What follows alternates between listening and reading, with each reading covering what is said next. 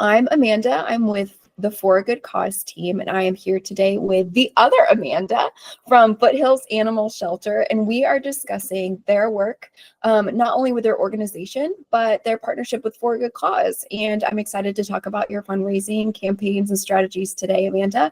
And I will pass the mic over to you and let you introduce yourself and your role and what you love most about working with your organization. Great, thank you, Amanda.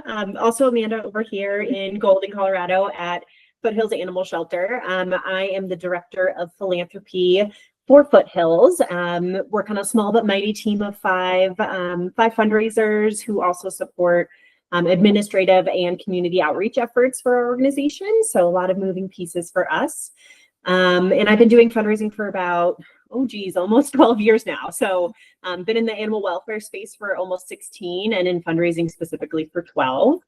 And I've been with Foothills for over 2.5 years now. And I think what I really love about this organization is getting to be a part of a team that has real community impact and makes a difference every day, not only for animals, which of course brought me to this work, but for people, right? And making a difference in our community for folks who love their pets and either need support or are seeking to add a family member, like many of us are right now, curious about adding a pet in our lives. So it's really fun to be a part of that work and enriching our community.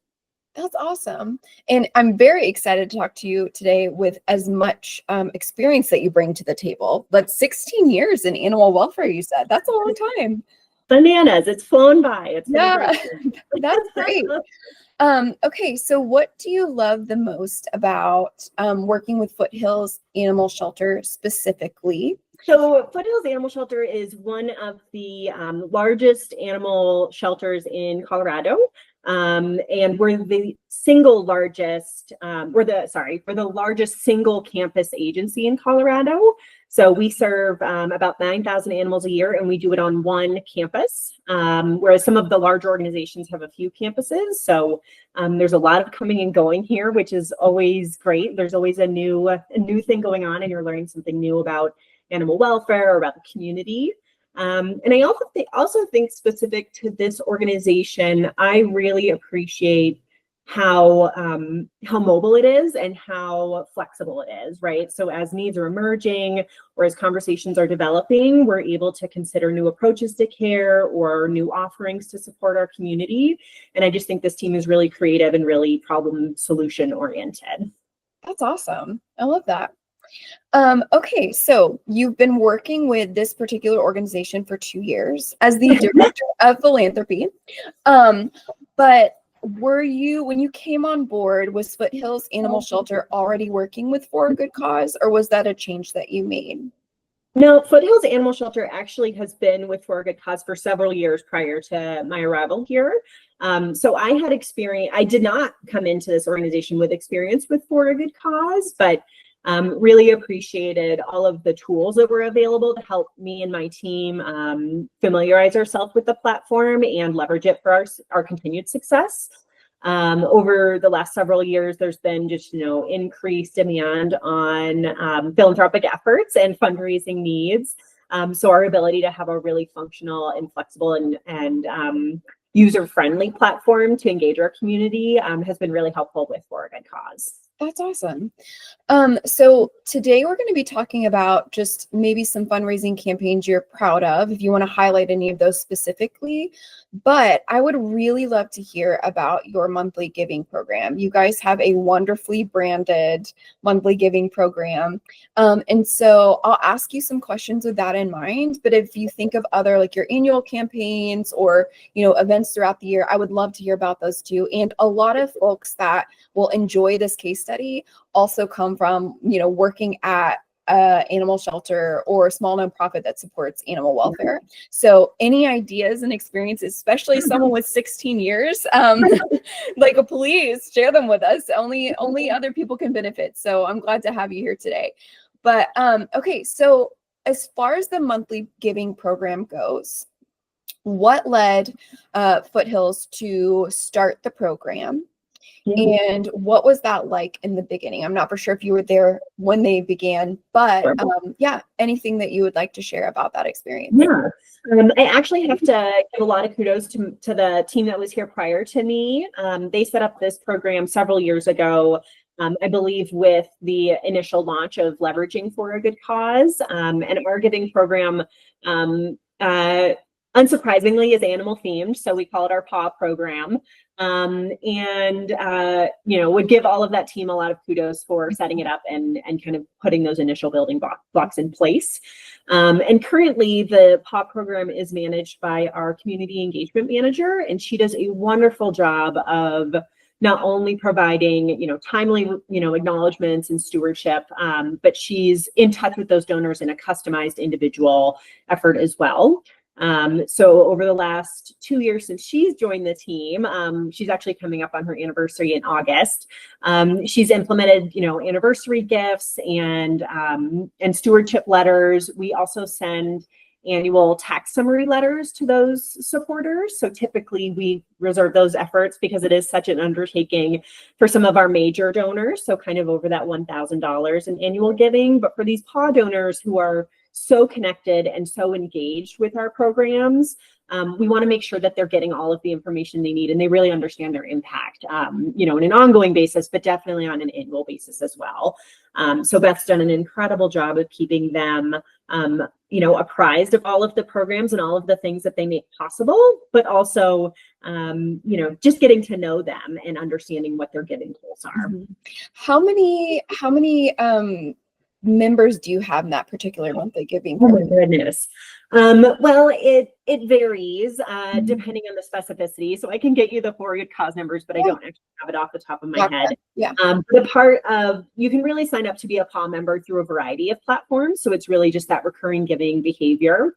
So you can do that through direct mail, certainly online. There are some other giving platforms that are third-party managed as well, but Beth is currently managing over 400 monthly givers. Wow. Yeah.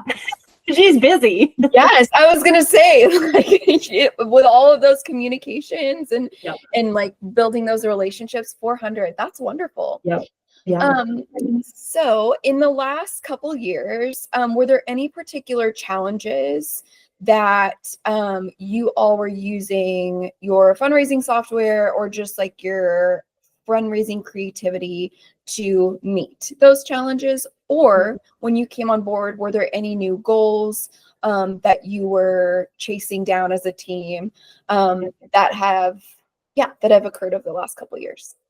Yeah, I would say that over the last couple of years, my team has had somewhat of an identity shift in that the team previously was spread really thinly, and I totally understand the effort of trying to be engaged with the community, but they had spread Foothills quite thinly over a lot of community events. So, weekly, twice a week, out in the community doing a lot of tabling and just conversation in the community, which I think is a valiant effort, but often is expensive to do, right? So you're ordering a lot of swag and gear. You're sacrificing a lot of staff time to do a lot of tabling. And so when I joined the team, we did a little bit of a recalibration and still absolutely understand the value of those tabling events and opportunities to shake hands with our community, but really refined our focus on engaging and exciting fundraisers for the organization and communications that help provide those handshakes in the absence of our ability to go to 3 different events in the community a year, or go to 3 events a week in the community, and kind of, allocating your time differently over the course of a year. So our team is five team members, and all of us wear a variety of hats. And so we really have to be thoughtful about where we're spending our time. And so our priorities are often providing donor support. So making sure that people who are engaged with us already are getting what they need to continue their support, as well as introducing new folks to our organization. So really trying to do that in a thoughtful way that isn't as expensive as a lot of those tabling events. Events, as you know, are really expensive to put on and can be risky in that way of, man, you really hope people show up. So we're trying to get, squeeze every penny from what we're spending to make sure that we're really good stewards of the dollars that we're being given. Okay. It sounds like before there was a large event focus going out into the community, tabling, like you were talking about, just like being amidst the community. And you, because the team was spread so thin, you had to work towards kind of transitioning into like, let's make the most of our core events and fundraising. And how has the tools you've used, whether it's for a good cause or not, supported you in doing that over the transition? Because that's one of the biggest pain points that a lot of small to mid-sized nonprofits have is how resource heavy and time heavy event planning is. I think one of the things that we prioritized was just honesty and transparency with our partners and with our community. So having an open conversation to say, here's what we can say yes to, and here's actually what we need. So a lot of transparent conversation with our community. And I think that as far as the platforms and tools that we use, our marketing manager has done a wonderful job of really providing consistent branding, and For a Good Cause allows that, that familiarity, and they know what Foothills looks like because of the customization we're able to implement. So I think that consistency across our branding and across our voice and kind of what we look like and what we sound like has really helped kind of crystallize and help people understand what our goals are and what help means for us, what we can offer them, and then what they can offer us, and what we can do together to help the animals that we're serving. Yeah, that's awesome. Were there any gaps in your fundraising process or donor experience that you've been able to solve? Again, whether that's through like a For a Good Cause tool or just reorienting the team and where you're putting time. I think one of the major things that comes to mind for me when I think about improving donor experience and kind of the focus around where are we doing something but can maybe do it better, was our donor acknowledgement process. Previously, it was pretty fragmented, so we would import all of our data from all of the places, right, that it can possibly come from when you get paper checks and online and phone calls and drop-bys and stuff like that. And so we had a really fragmented acknowledgement process that was split up and kind of a help yourself and do it when you can type approach. And again, small team, totally understand where that comes from. But this team really prioritized how do we streamline and build efficiencies in our data imports so that we're reliably and in a timely way acknowledging and thanking these donors, so that they're not waiting, weeks, if not a month, for their thank you letters, that they're hearing from us within, by the end of that business week, their letter is already out in the mail, and or they've gotten a phone call from us to thank them. And so we implemented not only a streamlined and what do they call it? It's a cleanup file, right? So when you're doing imports, that data is reliable so that when you're sending an acknowledgement letter, your information is all accurate. But we also implemented weekly phone calls to thank our donors so that while they're waiting for their thank you letter in the mail, they're also hearing from us in person, or we're leaving a voicemail, and that we're filling that gap with more appreciation so that they know that we see them and that they feel appreciated. That's awesome. So when you're doing that, so taking from like paper check donations or maybe even in-person cash donations at a fun community event, that kind of thing, how are you inputting, how does your team input and store all of those information in one place in addition to all the online donations or virtual donations you might get?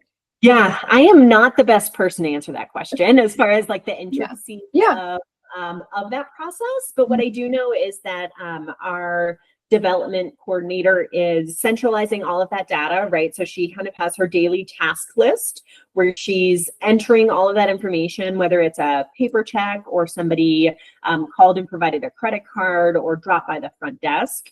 So she's centralizing all that information into an import file, and then importing that into our donor database, our CRM.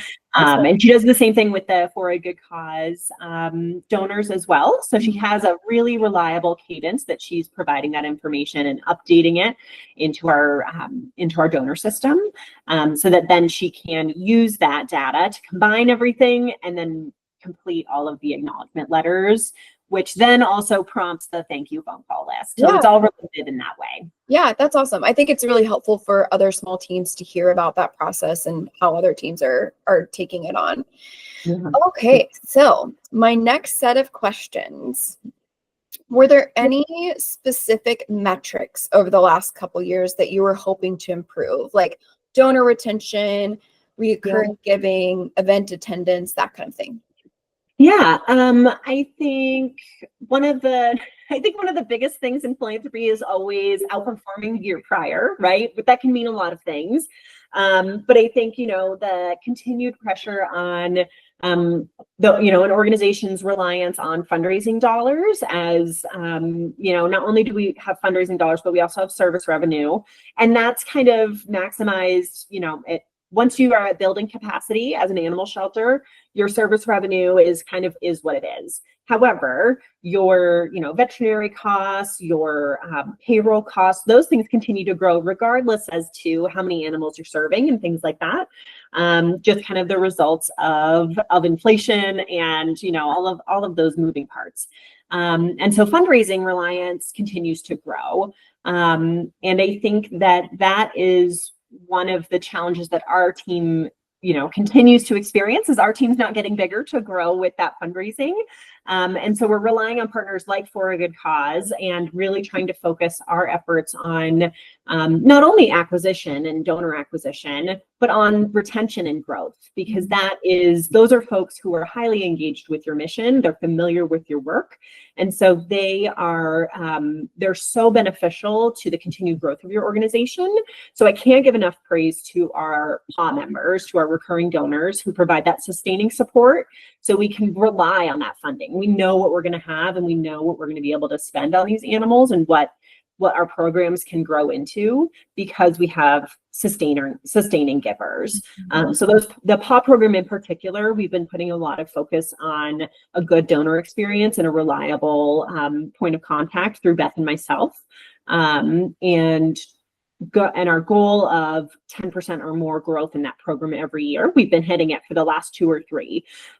So I think that's a really big effort for us. And I think totally worth your time. Like, recurring donors are really such a gift to an organization, and those programs are worth the effort for sure.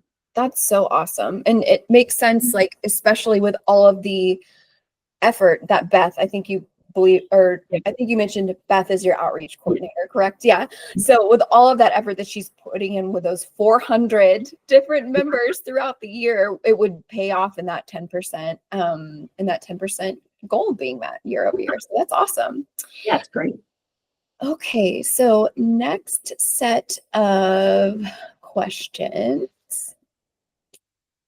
So in your own words, maybe tell me about a fundraising campaign or event that you and your team are really proud of, or maybe like an overall like fundraising or goal accomplishment that your team is proud of, that you perhaps used for a good cause in order to carry out in whatever way that is. Yeah. Yeah, so I think 2 come to mind. I know I've been talking a lot about our Paw Program, but I think that page and then the following communications and notification options that come through that monthly giving page, where our team is proud of, and I think that our results are indicative of success there. I always want to be, appreciative and guarded about my optimism, but really appreciate the success of that campaign so far. And I would say second to the Paw Program would be our summer matching campaign. I know that a lot of folks do a year-end matching campaign around the holidays and around kind of that tax deadline for those that are on that calendar year. But we also have a summer matching appeal, and that is kind of breaks us out of the holiday hustle and bustle a little bit. And so this organization, its community is really familiar with this summer matching appeal. And we focus a lot of the campaign branding and the page experience around kind of the kickoff story, if you will, where we're focusing on a medical story of an animal who relied on us. And that campaign has had continued success and continued growth. And I think that it's the consistent branding and voice and customization that we're able to provide in the easy user experience that we're able to provide on that donation page. That makes sense. And so do you change the animal stories, like the success stories, like for each campaign? Is that kind of how you drive the messaging for those both mid-year and end-of-year campaigns? Yep. Yeah. So it varies a little bit, but we refresh it at least on an annual basis. The Paw one is a little bit more static just because once you sign up, you're typically not going back to that page. Right. So we're not refreshing that as frequently as we are maybe a seasonal campaign that has a story that you likely got in the mail and then you got an email and then you saw it on our website. We're providing kind of that consistent story exposure across all of those touches. And so, yeah, we're updating most of our pages pretty regularly, depending on what animal story we've got out there and is top of mind for folks. Yeah, that's really smart. Let's see. Okay, so with your mid-year campaign, so to speak, because we are in mid-year, so it's like a good topic, right? So what are usually like let's see. What were the first successes that you noticed when kind of like driving towards the mid-year campaign, like how you structured it? And you even mentioned like how you all promote it in like different channels and with a like nonprofit storytelling strategies. So just maybe expand on that as far as like challenges and elements of the campaign that you saw that were working that you guys are really proud of. Yeah, I think really paying attention to the imagery that you're using is incredibly important. Particularly, I know I'm really fortunate in working in the animal welfare space because we often get to pair our stories with really cute faces or something that really, like people really identify with the animal that they're snuggling with on the couch when they get our emails or they open the donation page. So I so appreciate that doesn't exist for all nonprofit work, is that you can't necessarily attach a cute cat face with all of your stories.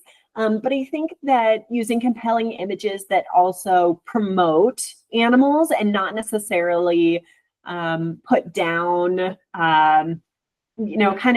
this, what is the word I'm looking for? I think our commitment is to trust our community and to promote confidence in our resources, right? And so what we're not doing is building and increasing distrust among our community. We're not blaming people for things like, this animal got out of its yard and something happened. We're not blaming our community for those instances.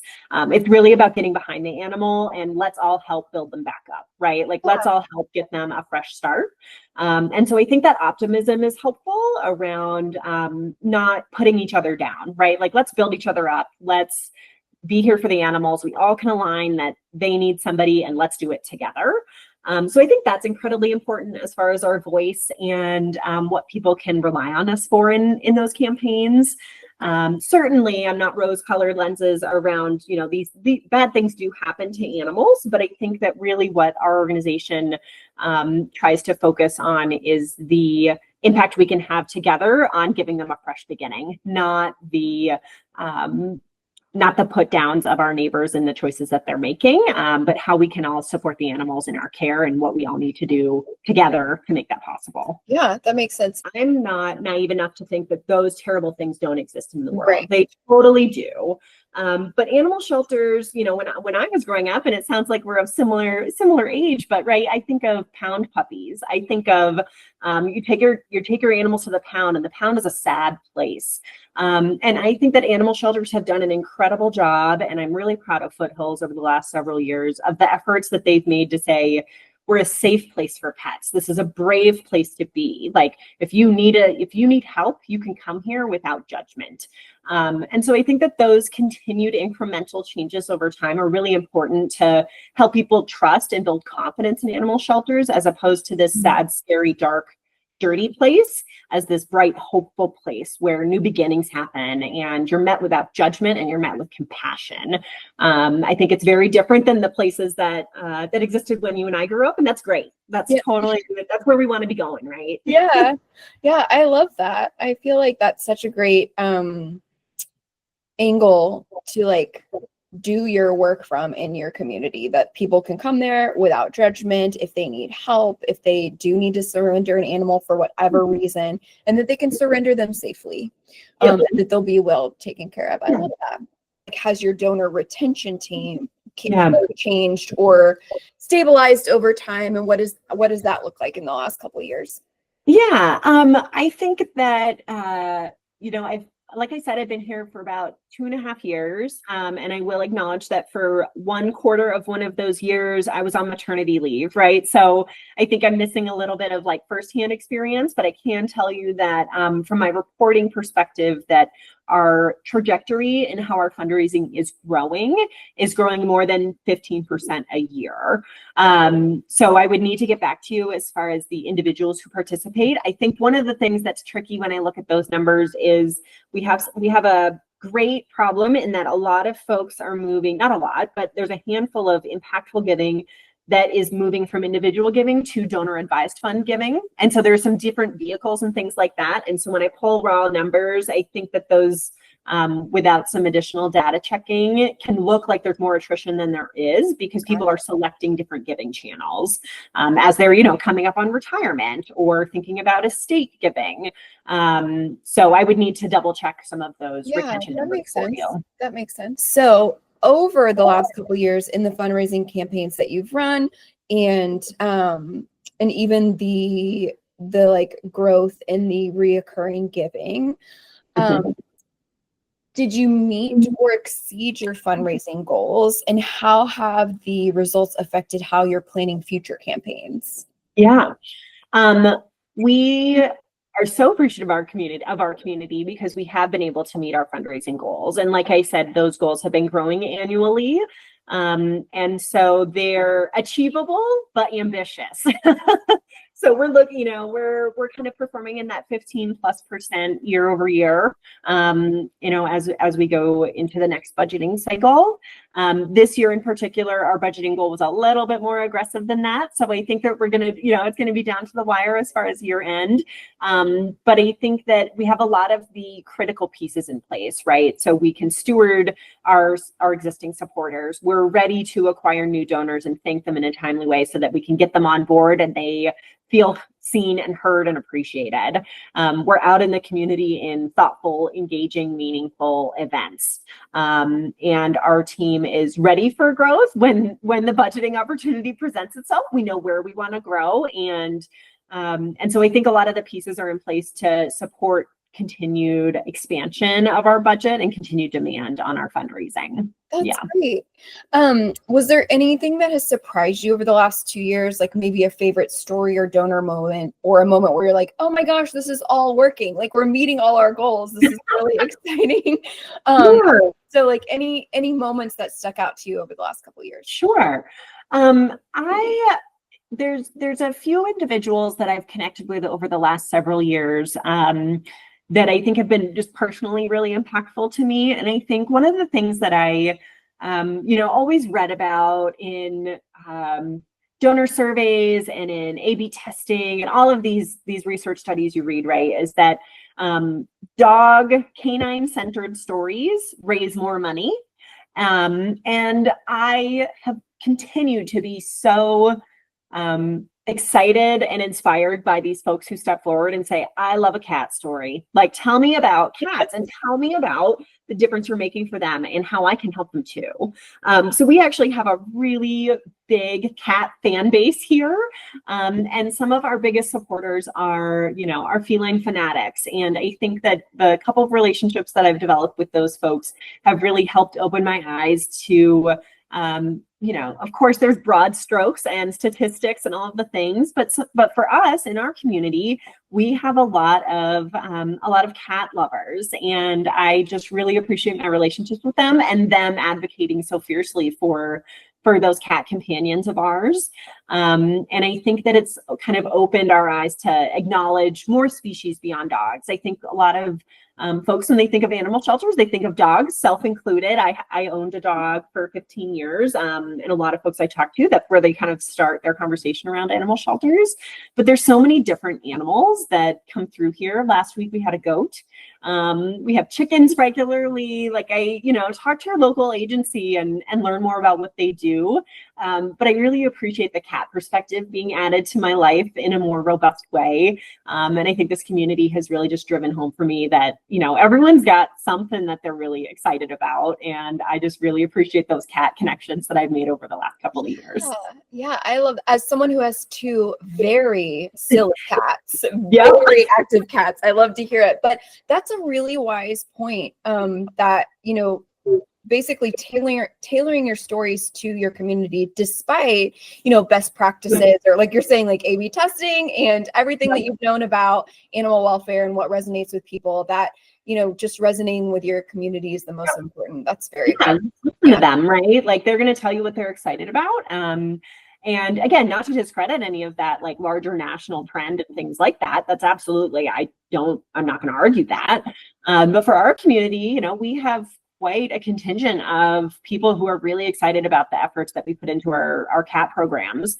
And so listen to your community and kind of adapt your message to help them understand the efforts you're putting in to address those needs. Be out at an event and someone will say like, hey, like, do you ever get guinea pigs? And I'm like, oh my gosh, I love guinea pigs. Let's talk guinea pigs, right? Like there's so many different things you can learn from your community. And I just so appreciate them opening up and kind of sharing that perspective. I think it's great. Okay, so what advice, in addition to listening to your community, but what advice would you give other small teams who want to grow, in their support of animal welfare in their community, whether they're a shelter, humane society, whatever they do?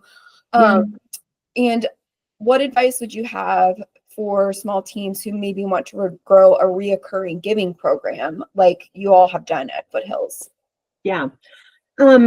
I think one of the best places to start, in my opinion, is understanding your existing donors. So kind of an offshoot of listening to your community, right, is really understanding your year-over-year trends, the seasonality of your giving, and who maybe your top prospects are to help put those foundational building blocks for a recurring giving program. So who's been giving to you, a few times a year for several years? Who's frequently interacting with your direct mail pieces or in your social media? Who is, a really consistent responder, and who has that reliability, and how can you formalize that, and is that meaningful to them? I think that's what's important, is understanding what their goals are and what programs excite them, in addition to kind of the statistical history of them, but get to spend the time to get to know them. And I would say kind of the other part of the recurring giving program is build something that your organization can kind of mass promote, and it's easily understood by your community. So if someone is less familiar, but they say adopted or interacted with a program and they want to become a recurring giver, it's easy to find and it's identifiable. It looks like you and it sounds like you. I would say that those two pieces are probably the biggest priorities when you're launching something. When you're trying to sustain or grow something, I think you're looking at stewardship and identifying folks who have been, again, consistent supporters, and asking them to increase their monthly giving, or appreciating them for just their commitment, right? Even just sometimes a thank you, a heartfelt thank you phone call. People could say, oh, I'm going to add $10 a month to this gift. It doesn't happen all of the time, but sometimes those interactions do happen. And so you're really glad that you picked up that phone and that somebody heard a great story that they were really, really compelled by.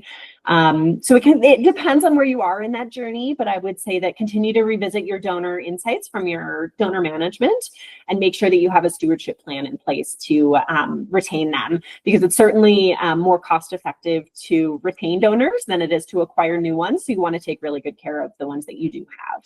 Yeah, that makes sense. And I have a follow-up question to something that you said, which is more of a nerdy analytics question, but you had mentioned kind of checking where your donors are already responding to communications that you have, including direct mail. So how do you all kind of take the temperature on people responding to direct mail, since that's often something that's hard for some teams to measure? Yeah. I don't know if I'm going to answer this question well, but I think that you need to be able to sort your data to understand where people are actually catching and then taking action on your asks. So you may be emailing them all of the time, but they only respond when they get a direct mail piece, or vice versa, right? And so as you're understanding that data and you're trying to meet them in a place that trying to meet them where they are, I think that you can have a conversation with them to say, like, hey, like, I appreciate that you've responded to our newsletter a few times. Like, tell me what excites you about that. Like, do you love the animal stories? Are you excited about the mid-year updates? And with email, I think it's even easier, right? You can say, like, hey, hey, Amanda, like, thanks for donating again. I noticed your name again, and I'm so grateful for your support. Like, tell me about what about Fluffy was exciting for you, and just open that door. The other thing that we leverage a lot, and again, I appreciate other organizations who don't have a brick and mortar or don't have direct programs might not be able to do it, but we have a really open to the public facility, and I know not every mission allows for that kind of work when I think about family justice centers and things like that, but we welcome the public to stop by. Like, you can unannounced just show up in the shelter and someone will be ready to assist you. And you can see your dollars in action. So adoption centers, right? They're open and clean, and you can just stop by and surprise us. You can schedule a tour. I would love to show you around the organization and the facility and everything you make possible. So I think a lot of those handshakes to, who doesn't want to see a behind the scenes something, like leverage that. And people are really excited to get a sneak peek. They feel special, they feel seen. And I think it really validates you asking for their support in the future when they can, understand the volume of work you're doing and the importance that you're doing. When they see it in person, it's totally different than reading it in an email or in a newsletter.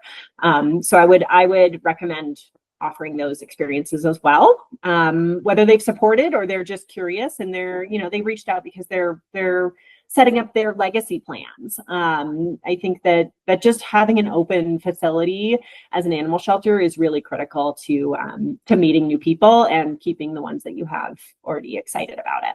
Yeah, that's a wonderful answer. Okay, so a couple more final questions if we still have the time. Yeah. So, was there a moment over the last couple of years in your overall fundraising efforts that just felt especially meaningful or affirming to you and your team? Yeah. Let me see here. I think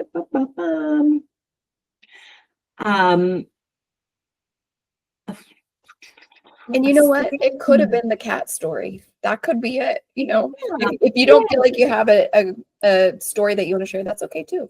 Yeah, I'm trying to think. I think that I think it's an offshoot of the cat story, right? I think of 2 years ago or a year and a half ago, we did kind of a quiet phase capital campaign. We didn't need a big public phase experience for our capital campaign as it related to improvements in our cat adoption center. We had some individual conversations with some feline centric donors.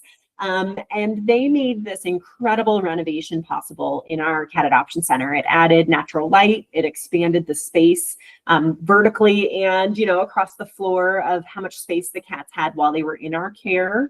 And now walking into that cat adoption center, I am so appreciative of the experience that cats have and the investments that these donors made to improve that experience. So I think that was one of the big, more recent projects that we did that was really validating.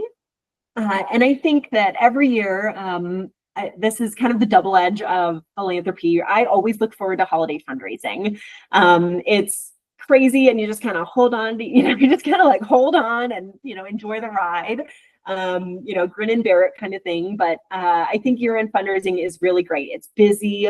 You're hearing from people all of the difference that your organization, you get to be the messenger. You tell your community what's going on in the building and what we need help with. And then your community showers your organization with love.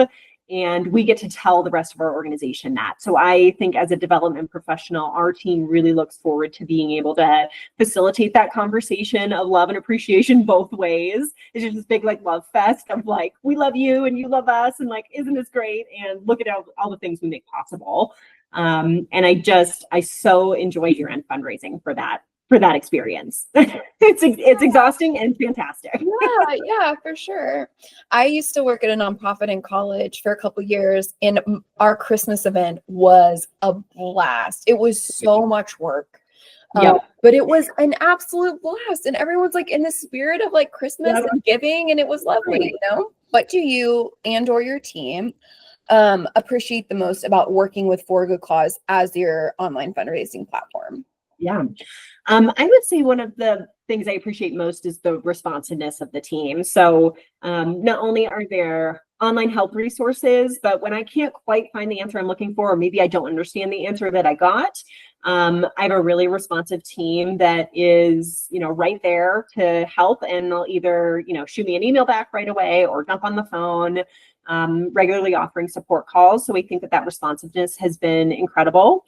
And I would say two of the other major pieces is just the evolution of the platform, right? So the continued enhancements to customization and mobile responsiveness are critical to our online giving success, as well as continued expansion of payment types, right? So over the last couple of years, we've added PayPal and Google Pay and Apple Pay and all of those ways that people can, without even thinking, can just easily complete their donation, and they don't even have to work very hard at it. Trying to reduce any of those barriers of wandering away from your intention to donate. We don't want to throw up barriers. Certainly appreciate For Good Causes fraud protections and alerts and things like that. In that world of let's get this donation in quickly, that can lead to some of that as well. And For Good Causes fraud alert systems have been incredibly helpful as we've integrated or offered more and more payment types as well. That's awesome. Okay, and so what would you maybe tell another nonprofit organization who's thinking about working with For a Good Cause? Yeah, I think that, again, my recommendation would be to be familiar with your database and with what campaigns your goals are around. And my advice would be to just reach out and try it. We love that. I've supported a variety of platforms over my tenure in fundraising. And like I said, I think that through my experience, I've never worked with a platform as responsive and customer service oriented as I have with For a Good Cause. So if they have a question, just try it. If they have a question or curious, they're going to get a prompt response from a human. And so I think it's worth opening that door. That would be my 2 cents. Yeah. Everybody really appreciates the customer service and the overall product support from For Good Cause. I think it's something that I love hearing about over and over because I know how important it is to build our founder. And I love that people really pick up on that and do get their needs met quickly. Okay, let's see. One final question for you. In the last couple of years of, no. I'm going to go off script. I'm going to leave my list of questions aside for a second. So you have been in animal welfare, you mentioned, for the last 16 years and working in nonprofit development or fundraising for the last 14. Am I remembering? 12. Yeah. 12. Sorry. Okay. All good. And overall, in your experience in this particular part of the nonprofit industry, what kind of encouragement or maybe insight have you earned over the years that folks that are either starting out in their careers in this space, or, even just like a smaller to mid-sized organization that are looking for new, unique ways to meet their goals, what would you say to them as far as your advice? Yeah. I would say, I would just encourage curiosity. I think that I was really fortunate to have such incredible thought leaders as mentors and as my direct managers over the years. And we're so supportive of my curiosity, right? I came into this space with no animal experience, and was able to ask thoughtful questions and to be involved without like pokey, be thoughtful about your curiosity, and you don't have to have a goal orientation for it of like what you're seeking to accomplish with it, but just find for yourself thought leaders who might not be your direct manager, or maybe it's a colleague, right, who has more experience than you. I can't overstate my appreciation for those organizational leaders that I've had over the years who were willing to answer my curiosities. And when I was curious about philanthropy, right, just kind of went to them and I was like, what do you think? Like, I've had a variety of roles in the shelter. What do you think about this change of pace? And they were supportive, but also, provided a safe landing zone to say, like, you can come back here too, like pledge and learn more about yourself and learn more about our community. And I think that animal welfare has so much more to it than playing with dogs and cats all day, which is often where the conversation goes when I'm talking to, somebody who's super unfamiliar with me or my work. They're like, oh, you must just like play with dogs all day. No, I wish that was what I did, but actually, it's even better in that I get to talk to other people who talk about how much they love their pets. And I think that when I started in animal welfare, I had no idea how big this space could be and where you could go with it. It's so diverse. There's so many different backgrounds and there's so many different people that make it all possible. So I think that not only can you talk to the thought leaders in your organization, they don't have to be managers by title or anything like that, but just people who are enthusiastic and who are smart and who are creative. But also talk to your community, right? Like, make those connections when you're completing an adoption. Make those connections with your foster parents that you're supporting. I think that there's a lot of there's so much to uncover in animal welfare, and it doesn't have to just be dog training or cleaning kennels. There's everything from finance to to data entry. So I think that there's so much variation in this field, and I'm just really appreciative of what the industry has given me over the last decade and a half. Nuts. That's just nuts. Awesome. I love that. Well, thank you so much for spending time with me today, Amanda, and sharing about not only your organization, but your experience with For a Good Cause and all the work that you all are doing at the animal shelter in Foothills. Thank you so much for your time, and we greatly appreciate you. Of course. Well, thanks for all you do, and we'll talk to you later. Thank you.